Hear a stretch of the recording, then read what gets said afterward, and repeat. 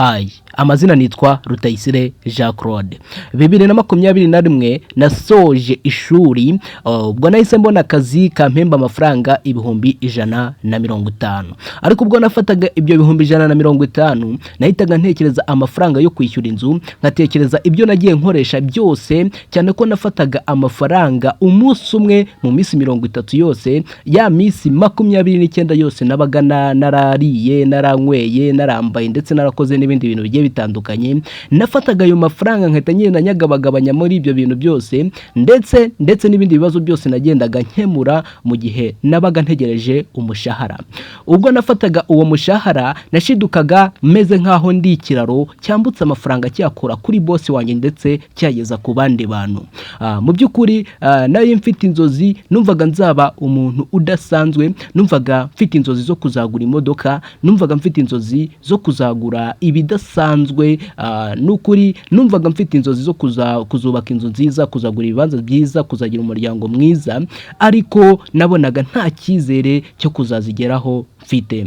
Kubw'amahirwe naje guhura n'umuntu twe duhuriye ku rubuga rwa Facebook, maze anyereka projet nziza, projet namenye nkaza kuyitangira, kuri ubu ngubu ikaba imaze kumpindurira ubuzima. Ninde muntu ukeneye iyi projet? Umuntu ukeneye iyi projet ni umuntu ufite inzozi zagutse, ni umuntu ufite akazi ariko akaba abona nta hantu kari kumugeza, ndetse n'umuntu wari ufite akazi ariko akaba akeneye ikindi kintu cyamwunganira mu kazi yarasanzwe akora, ndetse kandi akaba yifuza iterambere rirenze iryo yarafite uyu munsi. Ese wifuza kugira imodoka nziza? Wifuza kugira inzu nziza? Wifuza kugira amafaranga meshi kuri konti? Wifuza kugira umuryango wishimye? Wifuza gutembera mu bihugu bigiye bitandukanye byo mu mahanga? Igisubizo nta kindi ni iyi company. Iyi niyo projet yonyine wasangamo ikintu cyitwa financial freedom, ubwigenge ku mafaranga, time freedom, ubwigenge ku gihe, ndetse n'ikintu cyitwa ubufatanye. Wakwibaza ngo kugira ngo mbashe kuba nakorana n'iyi projet impindurira ubuzima ndetse mbe nakwitwa umumiliyoneri biransaba iki? Mbere na mbere iyi project yitwa Economy Designer 3.0. Economy Designer 3.0 yatangijwe n'aba bagabo batatu mureba, ikaba imaze imyaka 17 ikorera mu bihugu bigiye bitandukanye byo kwisi. Mu yandi magambo ni project itakiri mu igeragezwa, ahubwo imaze kugira uburambe buhagije hano kwisi. Iyi project ikorera mu bihugu bigiye bitandukanye, aho imaze kugera mu bihugu birenga 25 ku mubumbe w'isi, by'umwihariko no mu gihugu cyacu cy'u Rwanda. Iyi project ikaba ifite abafatanyabikorwa bakomeye cyane ku isi, Nature's Way yo muri Amerika, DSM yo mu Burayi, ndetse na Weda yo muri Amerika. Dufite ibicuruzwa kandi dufite products zifasha abantu kwirinda ndetse no kwivura indwara zitandura, izifasha abantu gutakaza ibiro, izifasha abantu kwitaho ku mubiri, ndetse n'izifasha abana. Gusa muri iyi video ntago turi bwibande kuri izi products, ahubwo uwaguhaye iyi video yagufasha gusobanukirwa neza izi products aguhaye indi video cyangwa se aguhaye ubundi busobanuro.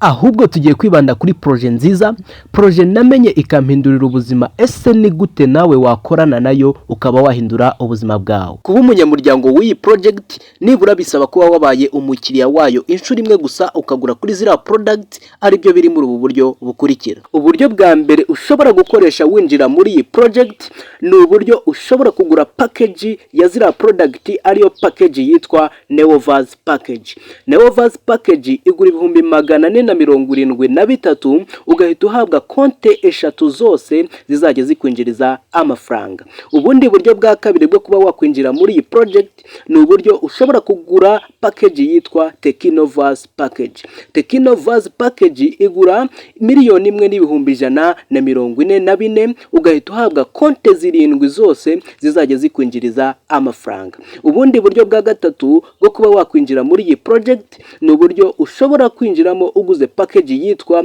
Digivas package. Iyo Digivas package ikabigura amafaranga 2,266,000, ugahita uhabwa konte 15 zose zizajya zikwinjiriza amafaranga. Ubundi buryo ni uburyo bwa kane, aribwo buryo bwo kuba wagura package yitwa Megavas package. Iyo Megavas package ikabigura 4,488,000, ugahita uhabwa konte 31 zose zizajya zikwinjiriza amafaranga. Niba ntibeshye uhise wibaza ngo ese ndamutse nguze package imwe muri izo ngizo, wenda nkagura nk'iriya ya megaverse package igura miliyoni enye n'ibihumbi 488, cyangwa se nkagura iriya ntoya igura ibihumbi 473, mu by'ukuri jyewe nakungukira hehe? Ko naba ntanze amafaranga bakampereza iyo package, nge nakungukira he? Izo konte naba nahawe zakwinjiza amafaranga avuye he? Ese ubundi ni mu buhe buryo? Mbere yuko mbabwira ukuntu umuntu aba agomba kwinjiza, reka noneho mbanze mbabwire ibintu company ibigomba kuguhereza mu gihe ubaye umunyamuryango mushyashya w'iyi project. Ikintu cya mbere company ibigomba kuguhereza, iguhereza product zihwanye neza n'amafaranga wishyuye. Ikindi kintu cya kabiri, iguhereza system aho uzajya ukontororera ibikorwa byawe byose wakoreye muri iyi project, aho uzajya urebera balance zawe z'amafaranga yawe ndetse n'ibindi. Ikindi kintu cya gatatu company ibigomba kuguhereza, iguhereza kode ikuranga nk'umunyamuryango w'iyi company. Iyo kode ari izanana n'ikarita y'akazi bita badge. Ikindi kintu company bigomba kuguhereza, ihita igufungurira konte muri banke, kuko dukorana na banke ebyiri. Banke ya mbere dukorana nayo ni Eco banke, indi banke dukorana nayo ni GT banke. Aho ngaho niho ugomba no kubikuriza amafaranga yose winjije igihe uri gukorana n'iyi project. Ikindi kintu company bigomba kuguhereza, ibigomba kuguhereza training and supporting, aho ibigenda ikwereka cyangwa se ibigenda ikwigisha, ikaguhereza amahugurwa ku bigendanye na zira product, ndetse ikaguhereza amahugurwa ku bigendanye na project ku buryo uyimenya neza. Ikindi kintu ibigomba kukwereka uburyo 8 twinjizamo amafaranga, ari byo tugiye kugarukaho. Uburyo bwa mbere bwo kwinjizamo amafaranga muri iyi company ni uburyo bwitwa retailing product, cyangwa se mu kinyarwanda cyiza gucuruza. Tuvuge urugero ku muntu uzi gucuruza nkanjye.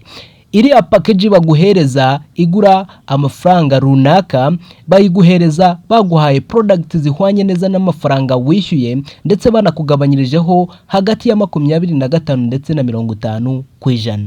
Tuvuge urugero, hari product dufite muri iyi company yitwa coffee.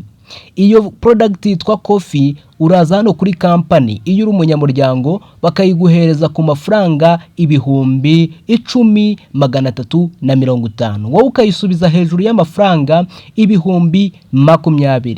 Bishatse kuvuga ko uba ufiteho inyungu ingana n'amafaranga ibihumbi 9,650. Bishatse kuvuga ko muri ubu buryo bwo kuba wacuruza product mu gihe washoboye kuba uzi gucuruza, ushobora gukoreramo amafaranga menshi cyane, ubuzima bwawe bugahinduka. Ubundi buryo bwa kabiri twinjizamo amafaranga muri iyi company ni uburyo bwitwa commission cyangwa se komisiyo.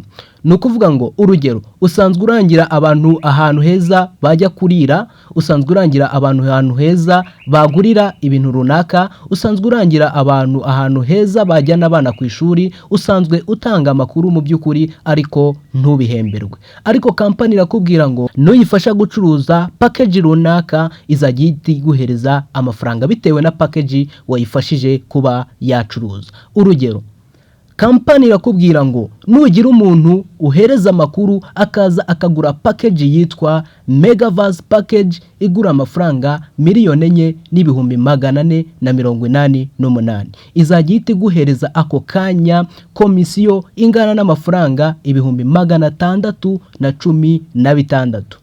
Company kongereka kubwira ngo nufasha umuntu kugura package yitwa digiverse package igura 2,266,000, company irakubwira ngo izajya iguherezaho ibihumbi 396. Nuramuka uyifashije gucuruza package yitwa Technoverse package igura amafaranga 1,144,000, company izajya iguherezaho amafaranga angana n'ibihumbi 198 ako kanya.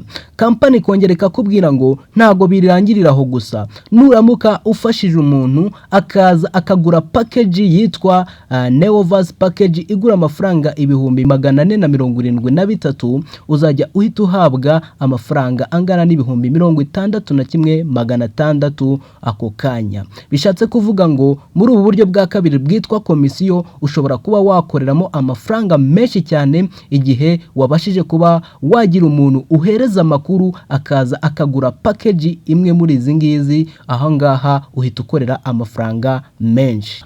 Babantu muzi kwamamaza neza cyangwa se babantu muzi gushaka abakiriya cyane, murumva yuko ino company namwe itabibagiwe. Tekereza igihe uzabwira abantu 500 bakaza bakagura ya package yitwa Megaverse package igura 1,488,000. Company zaguhereza ibihumbi 616 inshuro 500.